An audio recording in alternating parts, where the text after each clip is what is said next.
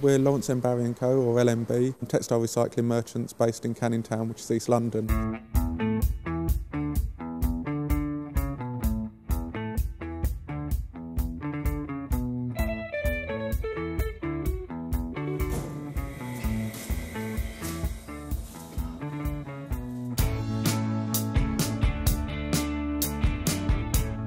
My dad started up in 1985 on his own. We won the Queen's Award of Export in 1997. We sort of export to 20 different countries, and it's all fundamentally based on textile reuse clothing, so the sale of clothing that people no longer want in this country, to Africa.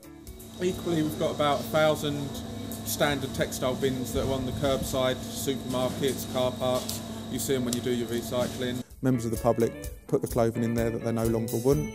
We collect it, we weigh it, then pay the local authority based on that weight, so it's an income for them that obviously helps their revenue and recycling rates. So for a reasonable sized London borough, it'd be £30,000–40,000 worth of income a year. It comes back to our team of sorters, they will go through it, and you get about 70% that's good enough for reuse. Members of the public are really good. We don't get a lot of McDonald's Chinese food, we get a little bit of bric-a-brac, CDs, DVDs, but on the whole, we don't get loads and loads of rubbish. About 10% or so, maybe under. So. The biggest market, as I've said, is Africa.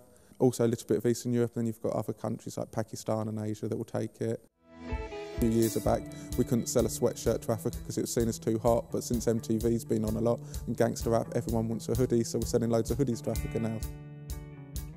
The 30% that's left over is recycled, which is either textile wipes, so it's cut up and used as cleaning rags in industry, which is mainly sold in this country, or if it's wool synthetics based, it'll then be flocking material, which is basically just shredded up for mattress filling or sound insulation in your car.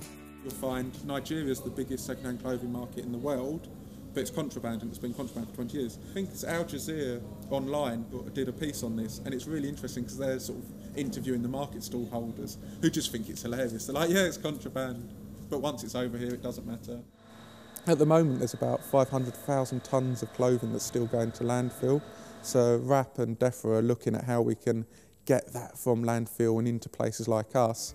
The exciting thing is, what do we do with it and what's the quality going to be like?